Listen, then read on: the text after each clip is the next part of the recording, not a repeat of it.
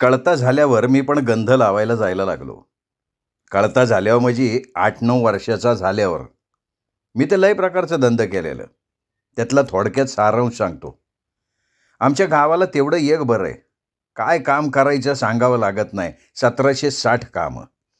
माती जरी पुडी बांधून विकली तरी माणसं घेतात, कारण विकणारा तेवढा हुशार पाहिजे. ज्याला काही येत नाही तो सुरुवातीला नदीला गेला का लागलाच कामाला. मी सुरुवातीला वयाच्या 8व्या किंवा 9व्या वर्षी अंदाजे पहिल्या दिवशी गंध लावायला जायला लागलो. दुष्काळाच्या अगोदरचा काळ असणार तो. गंध लावायला जायचो. नदीत पैसे हुडकायला जायचो. लोकांनी चंद्रभागेची ओटी भरली, नारळ पाण्यात सोडला, की मी पकडलाच असं समजायचंच. लेमन गोळ्या विकायला जायचं. ₹2.40 1 किलो लेमन गोळ्या मिळायच्या. सगळा पुडा विकला की ₹8-9 मिळायचे. तसंच डांबरी गोळ्या विकणं. 12 डांबर गोळ्याचा पुडा 30 पैसे देऊन घ्यायचा.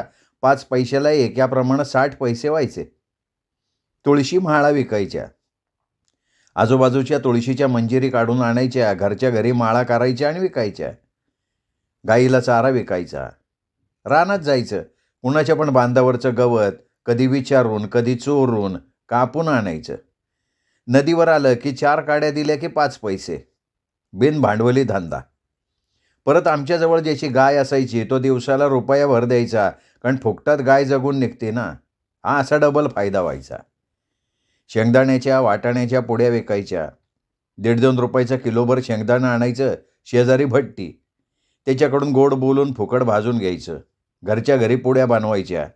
50-60 पुड्या होतील इतक्या बनवायच्या. विकल्या की ₹4-5 व्हायचं. असं एक ना अनेक धंदे करायचो. अहो, यात्रेच्या काळात संडासला पाणी विकायचं कामसुद्धा केलं. आता काम करायला काय लाजायचे? आमच्या आईचं मत स्पष्ट, कष्ट करा, चोऱ्या शिंदळकी करायला लाजा. काम करायला आली कसली लाज? कसलीही कामं असू द्या, आईच्या शिकवणीमुळं लाजाचं काय वाटत नाही. सगळ्या प्रकारचं काम केलं आहे, त्यामुळं आज चांगले दिवस आलेत. आजही डबल ग्रॅज्युएट झालो आहे. नाही लागली नोकरी. प्रयत्न केले. सगळीकडे लाज, भ्रष्टाचार, आम्हाला कमी मार्क, अशा अनेक अडचणीमुळं नाही लागली नोकरी.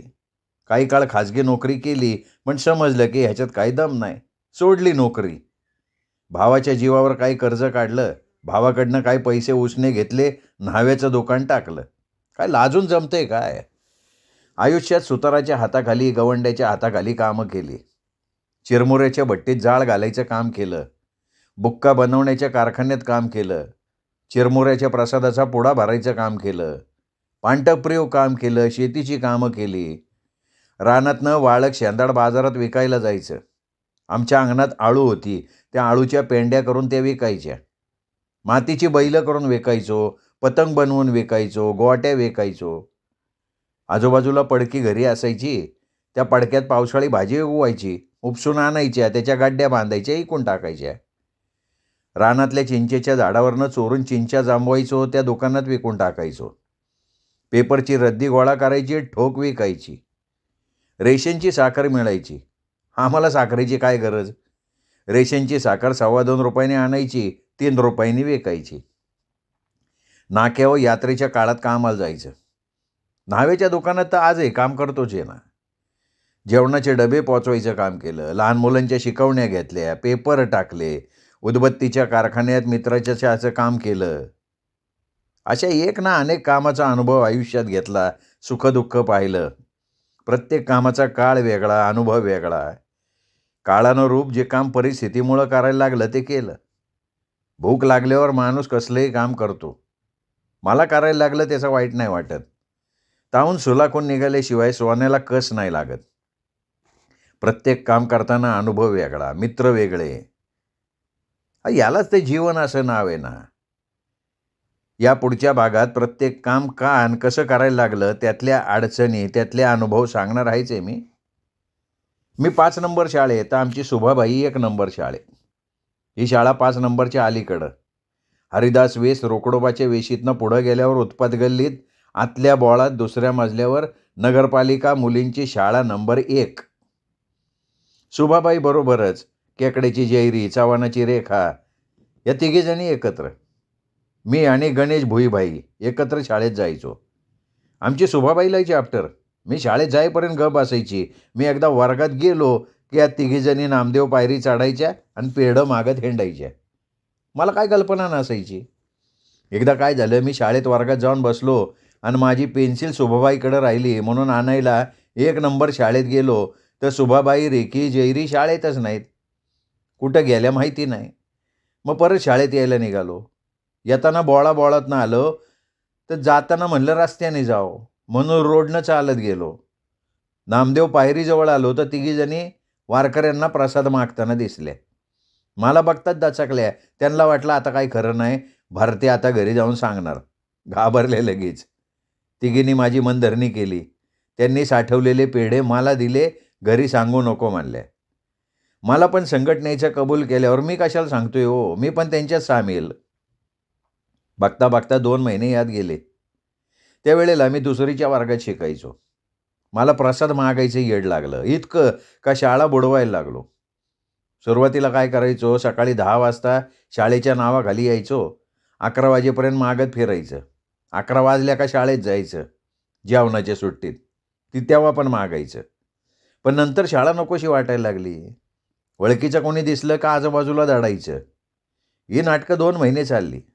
पण एकदा काय झालं, शाळेला होती सुट्टी. मी दादाच्या हाताला धरून चौकातनं चाललो होतो, तर समोरनं कोरे गुरुजी हातात धोतराचा स्वागा धरून, दुसऱ्या हातात होती छत्री. नजर होताच मला घाम फुटला.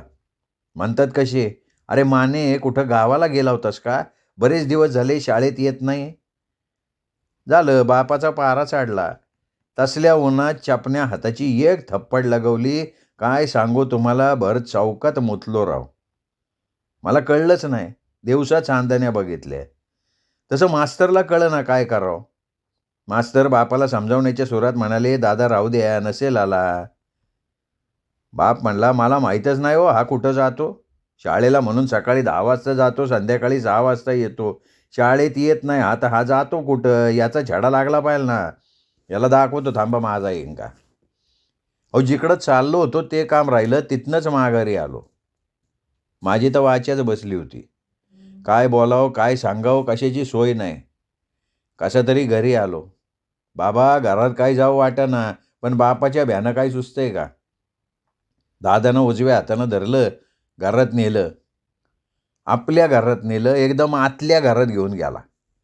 दुपारच्या 1 वाजायला आला होता. आतल्या घराला आतनं कडी घातली. मला कळेना काय चाललंय. कडी घातली, मागं फिरला. दादाचे डोळे इंगळागत लाल झालेलं. जसा मागं सरून डाव्या हाताची कानाखाली लावली, माझं ऐकू यायचंच बंद झालं. बाप मारतच होता. नाकातोंडातनं रक्ताच्या धारा लागल्या. आमची आई, आजी दाराला धडका देत होत्या. त्यांना कळेना बाप मला का मारतोय.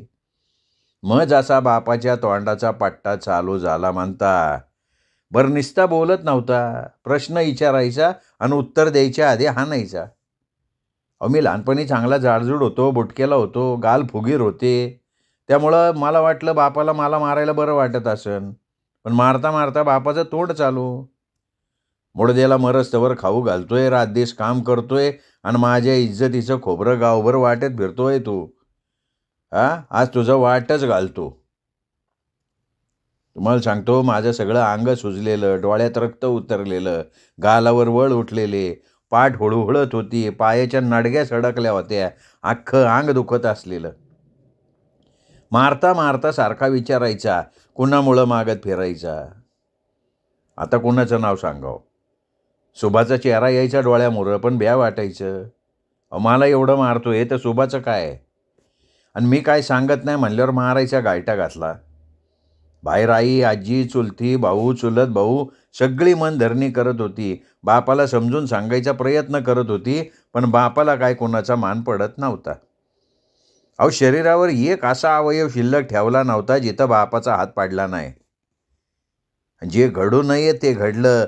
बापाच्या माराला कंटाळून एका अनामिक क्षणी मी सुभाचं नाव सांगितलं. आता तुमच्यापासनं काय लपून ठेवायचं म्हणा. जसं बापाला कळलं म्हणता, बापानं दार उघडलं, मला बाहेर काढलं आणि सुभाला नजर शोधायला लागली. सुभा दिसेना, तशी जोरात हाक मारली.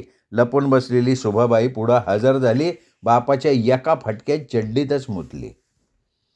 तेव्हा सुभाबाई 9-10 वर्षाची असन. सुभाबाईला मारलं आणि घरातलं महिला मंडळ एक झालं. दादाला आवरून धरलं. सुभाला चुलतीनं तिच्या घरी नेलं. तुम्हाला काय सांगू, 4 दिवस सुभाबाई बापाच्या नजरेला पडू दिली नाही. तर तेव्हापासून एक झालं, सुभाबाईची शाळा कायमची बंद झाली. ही घटना घडली त्यावेळेला सुभाबाई 3रीत शिकत होती. शाळेतल्या बाईंनी 2-3दा दादाची भेट घेतली, जबाबदारी घ्यायची कबूल केली, पण बापाला काय पाजर फुटला नाही आणि तेव्हापासून परत काय सुभाबाईला शाळा दिसली नाही. पण मला मात्र चांगला धडा मिळाला. त्या दिवसापासनं परत कधी नामदेव पायरीजवळ फिरकलो नाही. आमचा बा निब्बार मारायचा. मारायला काय लय मोठं कारण लागायचं नाही. किरकोळ कारणांनी पण हाणायचा. आमचं शरीर मार खाऊन खाऊन निगरगट बनत चाललं होतं, पण बापाचा दराराच लय मोठा. एखाद्या वेळी कोणीतरी दादा आला असं खोटंच म्हणलं ना, तरी भीतीने गाळण ओढायची. त्यामुळे एक झालं, संस्कार पडत गेले. बापाची भीती आणि आईची शिकवण यातून आमचं बालपण घडत चाललं होतं. आमची आई होती अडाणी, पण शिक्षिकेला सुद्धा शिकवायची ताकद होती तिच्यात. आम्हाला बापाने मारलं का आम्हाला दादाचा लय राग यायचा, पण आमची आई त्या रागावर पाण्याची धार टाकावी तशी 4 शब्द टाकायची का आमचा राग कुठल्या कुठं जायचा. आई म्हणायची, "अरे भरता, तुझा बाप तुला का मारतो याचा कधी विचार केला का तू? तुझा बाप काय तुझा दुश्मन आहे का? त्याला तुझ्याबद्दल काही प्रेम नाही का? अरे तू चांगलं वागावं, आयुष्यात चुकू नये, तू खोटं बोलू नये, हाच हेतू आहे तुझ्या बापाचा. तू याच्यापासून काहीतरी शिक. हे बघ तुला आयुष्यात मोठा व्हायचे, फार मोठा व्हायचे तुला. आम्ही जरी दरिद्री असलो तरी तू शिक, तू मोठा हो. आमचं आई-बापाचं नाव काढ. बाळा पैसा सगळी दुनिया कमवती, पण नाव कमवायला आयुष्य कमी पडतं. तू किती धन कमावलं याचा हिशेब करत बसू नको. लक्ष्मी चंचल असती, तिच्या मागं लागू नको. आयुष्यात असा काहीतरी बनवून दाखव का तुला अरे भरत्या, भऱ्या, टाकल्या अशा नावानं बोलावतात ना, त्याऐवजी भरतराव म्हणले पाहिजे. मला तुला लय मोठं झालेलं बघायचे बाळा. एवढ्यात हार मानू नको भारता तू. ज्या दिवशी मी तुला भरत मानायला लाजल, त्यावेळेला समज काहीतरी बनायला लागलाय. प्रगतीनं हुरळून जाऊ नगं. आपल्याजवळ आहे त्याचा अभिमान बाळगू नगं, कारण जे तुझ्याजवळ आहे ते किती काळ तुझ्याजवळ राहील याची काही शाश्वती नाही. त्यामुळं अभिमान, गर्व, ताठा, मगरुरी, निर्लज्जपणा, निराशा या शब्दांना तुमच्याजवळ थारा देऊ नको. बाळा, आम्ही तुला 4 शब्दाशिवाय काय देऊ शकत नाही. जे आम्हाला करता येणार नाही ते तू करून दाखवशील याची मला खात्री आहे. पण दम धर बाळा, कारण लगेच काय मिळत नसतं. असं आई काय बोलायला लागली ना का बोलतच राहायची. मला तर ऐकत बसू वाटायचं. 7-8 वर्षाच्या पोराला यातलं किती कळत असेल. पण खरं सांगू का, त्यावेळेस मला कळत नव्हतं, पण जसं पंढरपूर सोडलं तसा आईचा प्रत्येक शब्द माझ्या मनावर उमटायला लागला. कसा ते नाही सांगता येणार. मी आज जो काय घडलो त्यात आईचा वाटा 80% असेल आणि शाळेत, समाजात, परिस्थितीने मला 20% शिकवलं. आमच्या आईबद्दल मला सार्थ अभिमान आहे, कारण गरीब परिस्थितीत एवढं तत्त्वज्ञान तिला कसं यायचं याचा आज मी विचार करतो. त्यावेळेला मी सगळं ऐकलं आणि सोडून बी दिलं, पण त्या शब्दाची किंमत मला नंतर हळूहळू समजायला लागली. असो, मूळ मुद्दा काय आहे का बापानं मला इतकं मारलं, पण आईच्या समजुतीच्या शब्दाचं मलम लागलं आणि मी सगळं विसरून परत नव्यानं कामाला लागलो. शाळेचं शिक्षण चालूच होतं. मला शाळेपेक्षा इतर गोष्टीत लय रस असायचा, पण जवळ कोरे मास्तर होते तवर काळजी नव्हती. कोरे गुरुजी बदलून गेले आणि दुष्काळ पडला. कोरे गुरुजी आम्ही 2रीची परीक्षा दिल्यावर बदलून गेले. माझा जन्म तसा 64-65चा. नक्की कधी झाला कागदोपत्री नोंद नाही, कारण माझ्या जन्माचा इतिहास सांगितलेला आहे. जन्म घरात झाला. त्या काळात नगरपालिकेचा शिपाई लोकांना हद्द ठरवून दिलेली असायची. त्या काळात पंढरपूर शहर काय मोठं नव्हतं, त्यामुळे 10 ते 12 शिपाई पंढरपूर शहराकरता नेमलेले. प्रत्येकाला हद्द ठरलेली.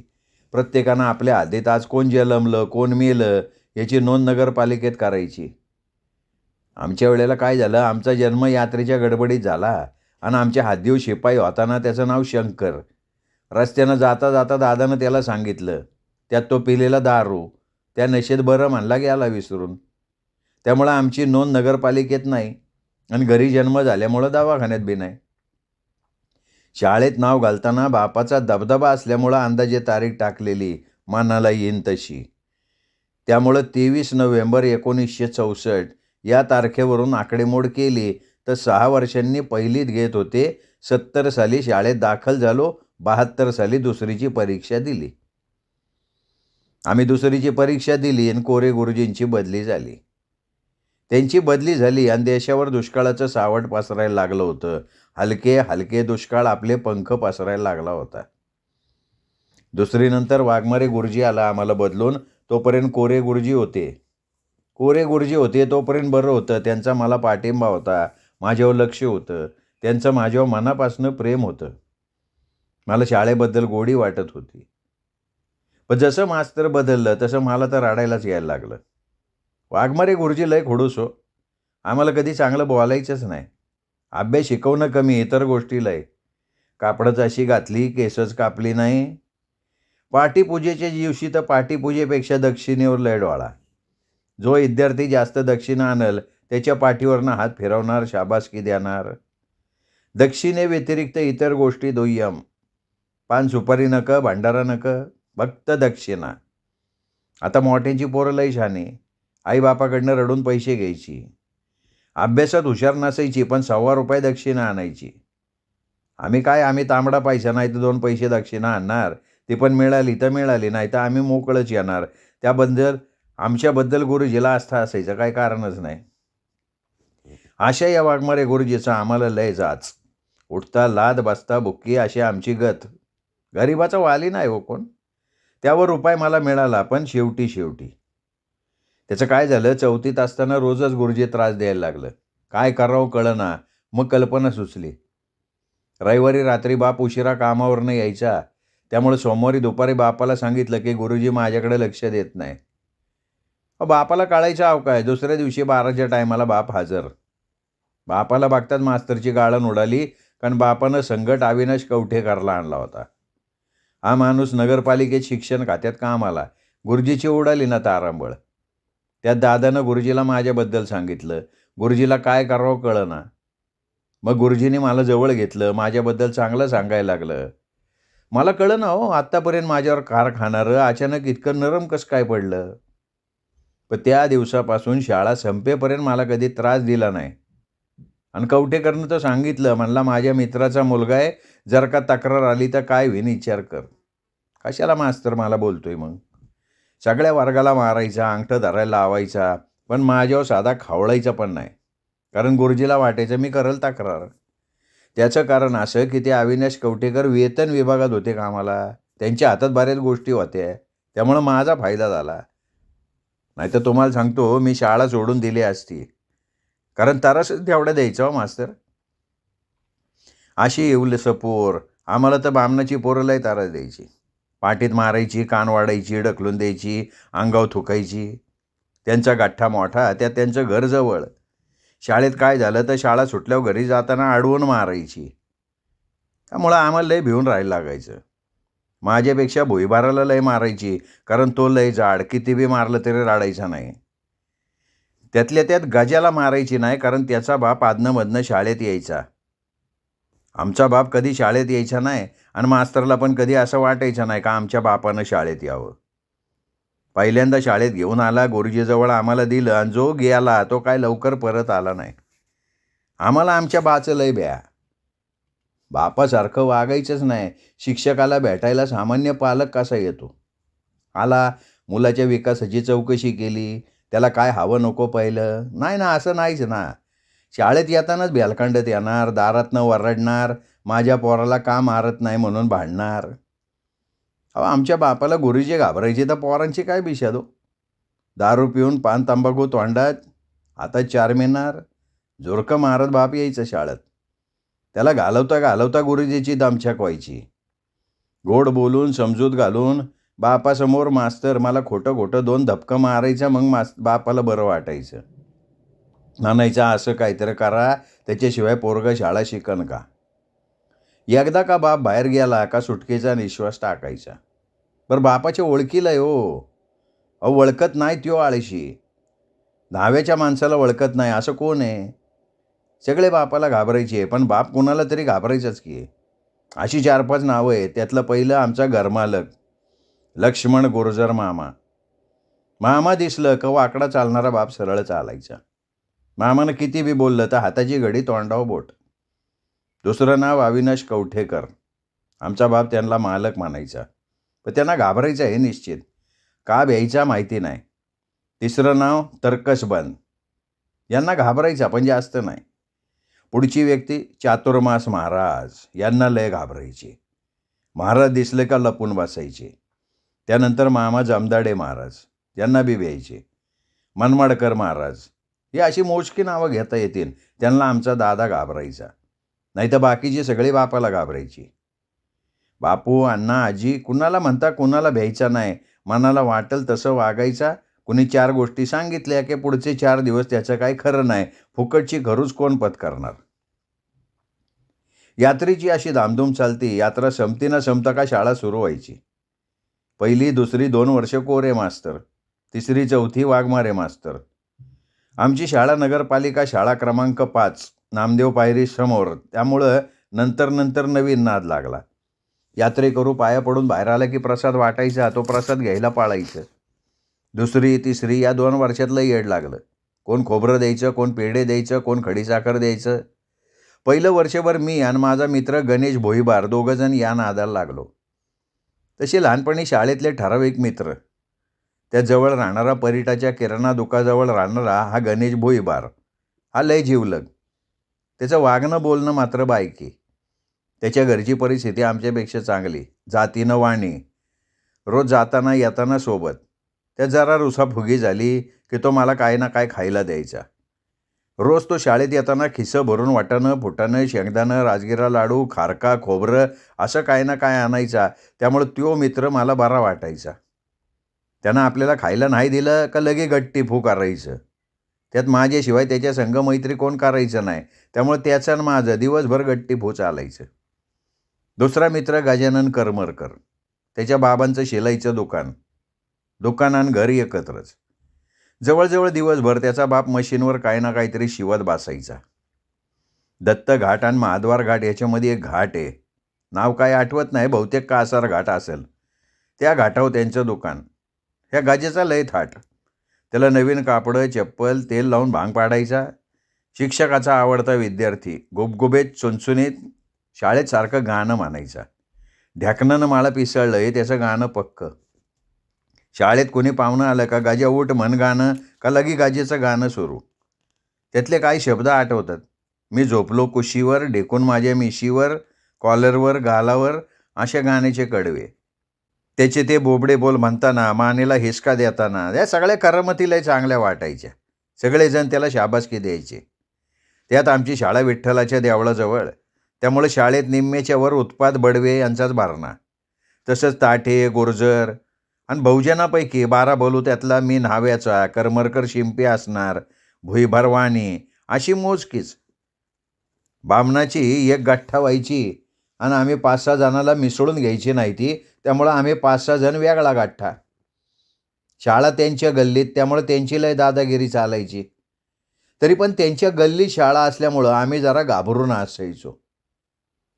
पण त्यातल्या काही रंगतदार आठवणी मी तुम्हाला सांगणार आहे. या आठवणी ऐकणार आहात तुम्ही उद्या साहित्य पंढरी या कथाकथन चॅनलवर. ऐकूयात, भेटूयात उद्या भरत माने लिखित भरतायन या कादंबरीचा पुढचा भाग ऐकण्यासाठी. नमस्कार.